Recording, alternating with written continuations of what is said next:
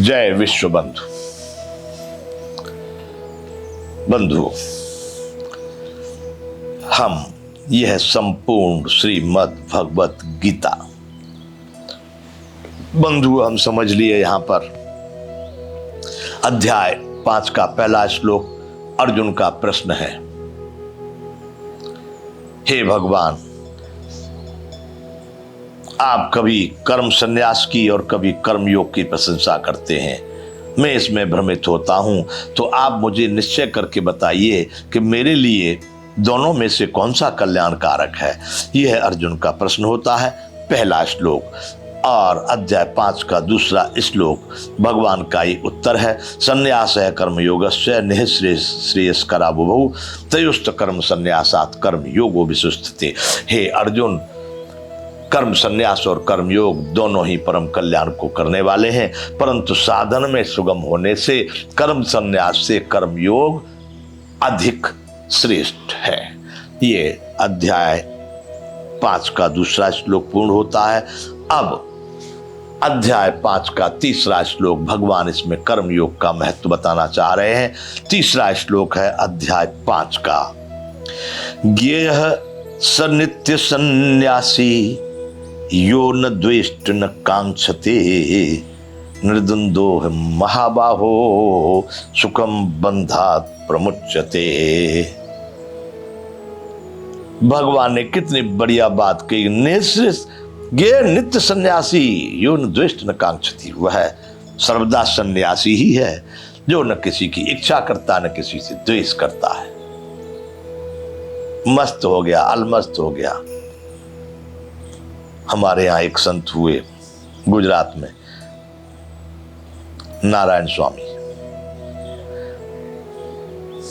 मुझे उनकी कुछ एक भजन की पंक्तियां बड़ी आनंद देती हैं, अच्छी लगती हैं। मुझे मेरी मस्ती कहाँ लेके आई, जहां मेरे अपने सिवा कोई नाही। मुझे मेरी मस्ती कहाँ लेके आई। भगवान ने अर्जुन से कहा, ये है सह नित्य सन्यासी, यह न द्वेष्ट न कांक्षति निर्द्वंद है महाबाहो सुखम बंधात प्रमुच्यते। हे अर्जुन, जो पुरुष न किसी से द्वेष करता है और न किसी की कोई अपेक्षा आकांक्षा करता है, वह कर्मयोगी सदा सन्यासी ही समझने योग्य है, क्योंकि राग द्वेषाद द्वंद्वों से रहित पुरुष सुखपूर्वक संसार बंधन से मुक्त हो जाता है। बंधन क्या है? वही जो द्वंद्व बताया, जो द्वैत बताया, अच्छा बुरा, खोटा खरा, ऊंचा नीचा, लाभ हानि, जय पराजय, सुख दुख, ये द्वंद्व है। ऐसे ही राग और द्वेष, राग का मतलब लगाव, प्रशंसा, द्वेष का मतलब निंदा और उसकी बुराइयां। भगवान ने कितना सुंदर सूक्ष्म में अर्जुन को उत्तर दिया। अर्जुन, दूसरे अध्याय में भगवान ने कहा कि कर्म संन्यास और कर्मयोग दोनों ही कल्याण के करने वाले हैं, परंतु साधन में सुगम होने से कर्मयोग श्रेष्ठ है। इसलिए अब यहाँ कर्मयोग का महत्व बता रहे हैं कि हे अर्जुन, जो पुरुष न किसी से द्वेष करता है न किसी की आकांक्षा करता है। आकांक्षा का मतलब किसी से कोई अपेक्षा नहीं, ये कर देंगे तो ऐसा हो जाएगा, वहां से मिल जाएगा, वहां से। वैसे लोग बड़े दीनहीन बताए हैं। दूसरों से इच्छा करने वाले, अपेक्षा करने वाले लोग, फल की कामना करने वाले लोग बड़े दीनहीन बताए हैं। भगवान यहाँ पर कहते हैं कि अर्जुन, जो न किसी से द्वेष करता है और न ही किसी की आकांक्षा करता है, वह कर्मयोगी सदा सन्यासी ही समझने योग्य है। सन्यासी न्यास कर दिया है सभी कर्मों में कर्तापन के अभिमान का, जिसने कुछ नहीं करता, करता हुआ करता नहीं ना डोलता भी डोलता, खाता हुआ खाता नहीं ना बोलता भी बोलता। जो इस स्थिति में सन्यासी, संन्यास, तो भगवान ने कहा है। और कर्मयोग कर रहा है वह उसको अभिप्राय नहीं कि मुझे इससे क्या फायदा होगा, क्या हानि होगी, क्या लाभ होगा। कर्तव्य कर्मों को जो शास्त्र सम्मत, परमार्थ सम्मत, परोपकार सम्मत इस सृष्टि में इस शरीर से होने वाले कर्तव्य कर्मों को करता रहता है, न किसी से द्वेष करता है और न किसी की आकांक्षा करता है, ऐसा कर्मयोगी सदा सन्यासी ही समझने योग्य है। और वह राग द्वेष द्वंद्वों से रहित पुरुष सुखपूर्वक संसार बंधन से मुक्त हो जाता है। बंधुओं, इसका एक बार फिर सूक्ष्म में अर्थ समझ लेते हैं कि भगवान ने कह दिया कि जो व्यक्ति किसी से राग द्वेष नहीं करता वह नित्य सन्यासी ही समझने योग्य है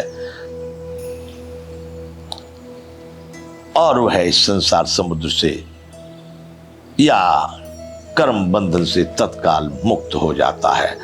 बंधुओं, यह अध्याय 5 का 3रा श्लोक यहां पूर्ण होता है। आगे अध्याय 5 के 4थे श्लोक को हम आगे पढ़ते हैं। भगवान यहां 5वें 4थे श्लोक में सांख्य योग और कर्मयोग दोनों की तुलना करते हैं, दोनों की समता बताना चाह रहे हैं। यहां अर्जुन को अर्जुन 4थे श्लोक 3रे श्लोक में बता दिए कि वह सन्यासी समझने योग्य है जो किसी से राग द्वेष नहीं करता। अब 4थे श्लोक में 5वां अध्याय 4था श्लोक, सांख्य योगौ पृथग्वालाः प्रवदन्ति न पंडिताः एकमप्यास्थितः सम्यग् उभयोर्विन्दते फलम्। हे अर्जुन, संन्यास और कर्मयोग को मूर्ख लोग पृथक पृथक फल देने वाला कहते हैं, न कि पंडित जन, क्योंकि एक में स्थित हुआ पुरुष दोनों में कहे हुए फल को प्राप्त कर लेता है। दोनों के फलस्वरूप जो परमात्मा की प्राप्ति होती है उसी को प्राप्त करता है। भगवान यहाँ पर अब दोनों की समता बता रहे हैं। सांख्य योगौ पृथक वालाः प्रवदन्ति न पंडिताः। हे अर्जुन, पंडित लोग, मूर्ख लोग ही सांख्य योग और कर्म योग को पृथक पृथक फल देने वाला या अलग अलग मंजिल तक पहुंचाने वाला कहते हैं, पंडित जन नहीं। न पंडिता एकमप्यास्थितः सम्यक् उभयोर्विन्दते फलम्। सम्यक् उभयोर विन्दते फलम्। एक में स्थित हुआ व्यक्ति, चाहे वो सांख्य योग के रास्ते पर गया हो चाहे कर्म योग के रास्ते पर गया हो, एक के मार्ग को अपनाने वाला, जो दोनों में फल कहा गया है क्योंकि दोनों का फल तो एक ही है, दोनों की मंजिल एक ही है, दोनों का परिणाम एक ही है, वह उसी स्थान को प्राप्त होता है। इसलिए भगवान ने यहाँ अर्जुन को कहा है कि मूर्ख लोग अलग अलग फल देने वाला कहते हैं संन्यास को और कर्म योग को, पंडित लोग नहीं कहते। हे अर्जुन, एक का भी जिसने आचरण कर लिया वह दोनों का ही आचरण कर लिया ऐसा समझ ले, यानी उसी श्रेष्ठ पद को, यानी अविनाशी परम ब्रह्म परमात्मा को वह प्राप्त हो जाता है। बंधुओं, यह अध्याय 5 का 4था श्लोक, एक बार इसकी और समीक्षा कर लेंगे। यहाँ अभी हम इसको पूर्ण करते हैं, विराम करेंगे। जय विश्व बंधु।